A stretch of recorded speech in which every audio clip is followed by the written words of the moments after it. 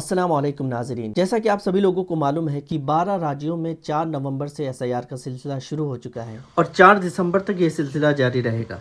BLO आपके इलाके, आपके मोहल्ले में आएंगे, आपको एक फॉर्म देंगे, आपको उस फॉर्म को फिल करना होगा। तो बहुत सारे लोग कंफ्यूज हैं कि फॉर्म को कैसे फिल करना है, कौन कौन सी चीज़ें लगेंगी। तो इन सारी कंफ्यूजन को आज मैं दूर करूंगा। तो आप बिल्कुल भी परेशान ना हो, इस वीडियो को मुकम्मल देखें, आपको पूरी बात समझ में आ जाएगी। उससे पहले मैं आपसे ये गुजारिश करूंगा कि अगर आपको ये बात समझ में आ जाती है तो अपने दोस्तों तक भी इस वीडियो को शेयर करें ताकि उनको भी मदद मिल सके। तो सबसे पहले आपको काम ये करना है कि जो फॉर्म आपको मिला है उस फॉर्म की एक आप फ़ोटोकॉपी करा लें, इसलिए कि अगर आपसे कोई मिस्टेक होती है तो वो फॉर्म आपको दोबारा नहीं मिलेगा। तो सबसे पहले उस फॉर्म की आप फ़ोटोकॉपी करा लें। और दूसरा काम आपको ये करना है कि आपको अपनी वोटर लिस्ट निकलवा लेना है। फॉर्म को किस तरह बनना है, कहाँ कौन सी चीज़ें लिखी जाएंगी, आप ध्यान से देखिए।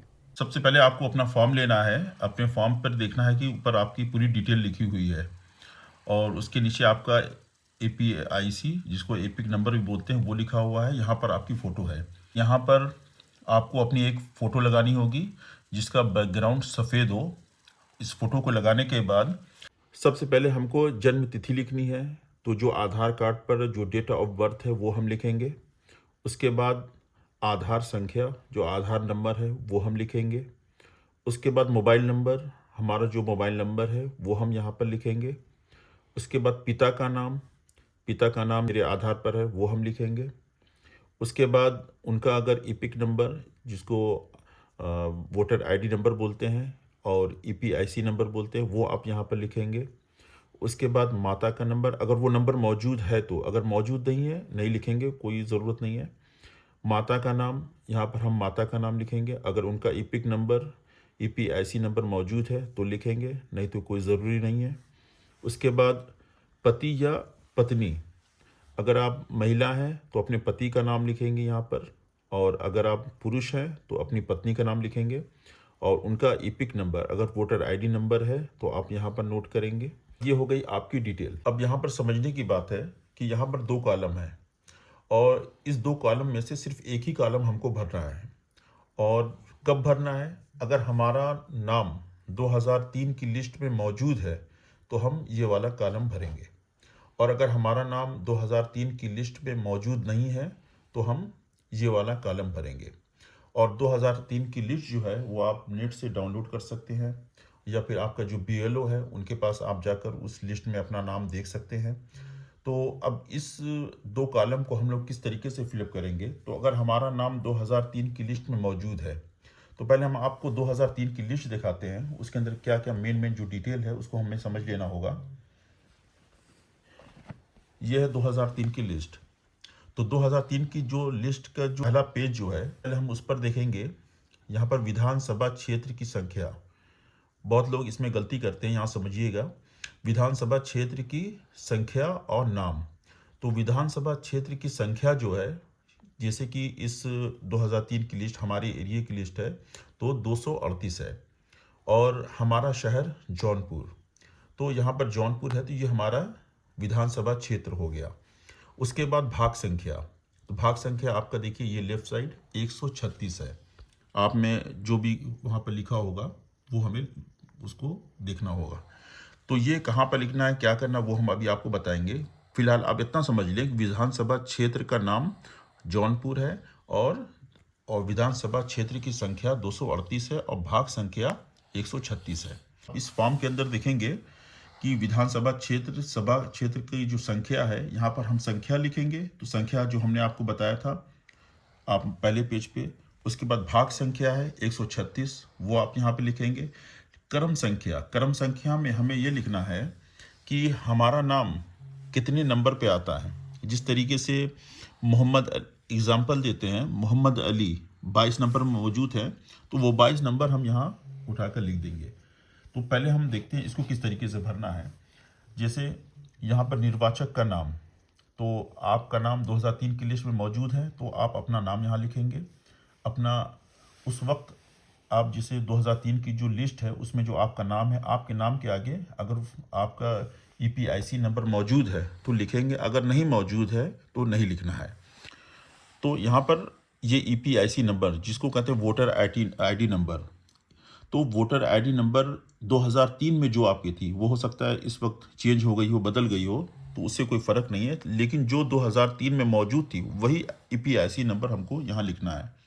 उसके बाद संबंधी का नाम, तो आप उस लिस्ट में देखेंगे आपका नाम है, आपके नाम के आगे हो सकता है कि आपके पिता का नाम हो, ना हो तो अगर महिला है तो उनके पति का नाम हो सकता है, तो वो यहाँ पर हम संबंधी के नाम में लिखेंगे। उनसे क्या आपका संबंध है, अगर आपके पति हैं तो पति लिखेंगे और पिता हैं तो पिता लिखेंगे। उसके बाद ज़िला आपका जो है, जिस तरीके से मेरा ज़िला जौनपुर है, यहाँ हम जौनपुर लिखेंगे। राज्य का नाम क्या है, उत्तर प्रदेश है तो उत्तर प्रदेश लिखेंगे। यहाँ पर लिखना है विधानसभा निर्वाचन क्षेत्र का नाम, तो विधानसभा निर्वाचन क्षेत्र का नाम, अगर आपका जो इलाका है, जो शहर है, वो अगर विधानसभा में आता है तो यहाँ पर उस जगह का नाम लिखेंगे। यहाँ पर आप अपनी सिग्नेचर करेंगे। सिग्नेचर करने के बाद ये फॉर्म अपनी BLO को आप जमा कर देंगे, और वो BLO, ये 2 फॉर्म है, एक पे अपनी सिग्नेचर और मोहर लगाने के बाद एक फॉर्म आपको दे देगी और वो एक फॉर्म अपने पास रख लेगी। लेकिन अगर आपका नाम 2003 की लिस्ट में मौजूद नहीं है तो उस वक्त क्या करेंगे, उस वक्त हमें देखना होगा कि मेरे माता पिता और दादा दादी का नाम, अगर 2003 की लिस्ट, जो लिस्ट हमने आपको दिखाया, जो आपको इंटरनेट पे मिल जाएगी, आपके BLO के पास मिल जाएगी, तो आपको करना ये होगा कि जो 2003 की लिस्ट में अगर आपके पिता का नाम, माता का नाम मौजूद है, तो हमें ये कॉलम फिर फिलअप नहीं करना है, हमको ये कॉलम फिलअप करना है। उसको किस तरीके से करना है, अपने अगर पिता का नाम उसमें मौजूद है तो यहाँ पर नाम में अपने पिता का नाम लिखेंगे। उनकी EPIC ID अगर उसके अंदर मौजूद है 2003 की लिस्ट में, वो EPIC नंबर लिखेंगे, जिसको वोटर ID नंबर बोलते हैं। और संबंधी, उनके उनके जो संबंध है उनके अंदर, और उनके फादर का नाम है, जिसका भी नाम है, उनके फादर का नाम यहाँ लिखेंगे। उनसे क्या ताल्लुक़ है या क्या संबंध है उनका यहाँ पर लिखेंगे। पिता है तो पिता लिखेंगे।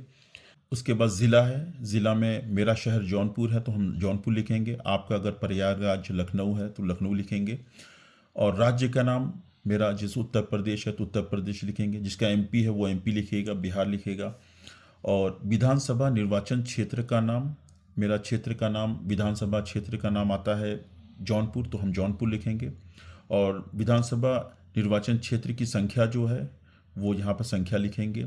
और ये सब जो आपको भाग संख्या है वो भाग संख्या लिखेंगे।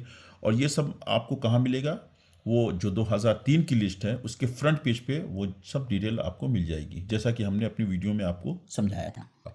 उसके बाद यहाँ पर आपको सिग्नेचर करनी है, यहाँ पर BLO आपका सिग्नेचर करके एक फॉर्म आपको दे देगा। लेकिन अगर मेरा नाम भी 2003 की लिस्ट में मौजूद नहीं है और मेरे पिता, फादर का नाम भी 2003 की, या माता पिता, दादा दादी का भी कोई डिटेल 2003 की लिस्ट में नहीं, उस वक्त हम क्या करेंगे, उस वक्त हमको ये करना होगा कि ना ये कॉलम भरेंगे ना ये कॉलम भरेंगे, बल्कि हमको सिर्फ ये कॉलम भरना होगा। जिस तरीके से बहुत लोग कह रहे थे कि चचा और भाई और उनका नाम, जब पति का भी नाम दिया जा सकता है, फिर तो फिलहाल अभी उनका जो पोर्टल है, हमने बहुत सी न्यूज़ देखी जिसमें कहा जा रहा है, लेकिन पोर्टल के अंदर कोई भी ऑप्शन अभी दादा दादी और पिता का नहीं है फिलहाल। आगे क्या है, आगे उनका क्या प्लान है, हो सकता है उसके अंदर दिया जाए, तो उस वक्त की बात है। फिलहाल अभी उसके अंदर हस्बैंड और भाई और चाचा का कोई ऑप्शन नहीं है, सिर्फ इस वक्त पिता और माता और दादा दादी का ही ऑप्शन है। तो उस वक्त हमको ये करना होगा कि यहाँ पर उनकी डिटेल भरनी होगी। और इस वक्त कोई डॉक्यूमेंट तो आपको जमा करना नहीं है, लेकिन अगर फिर भी आप कोई देना चाहते हैं तो अपना एक कोई जो 11-12 डॉक्यूमेंट है उसमें से एक डॉक्यूमेंट आप इसमें लगाकर आप अपनी BLO को दे दें।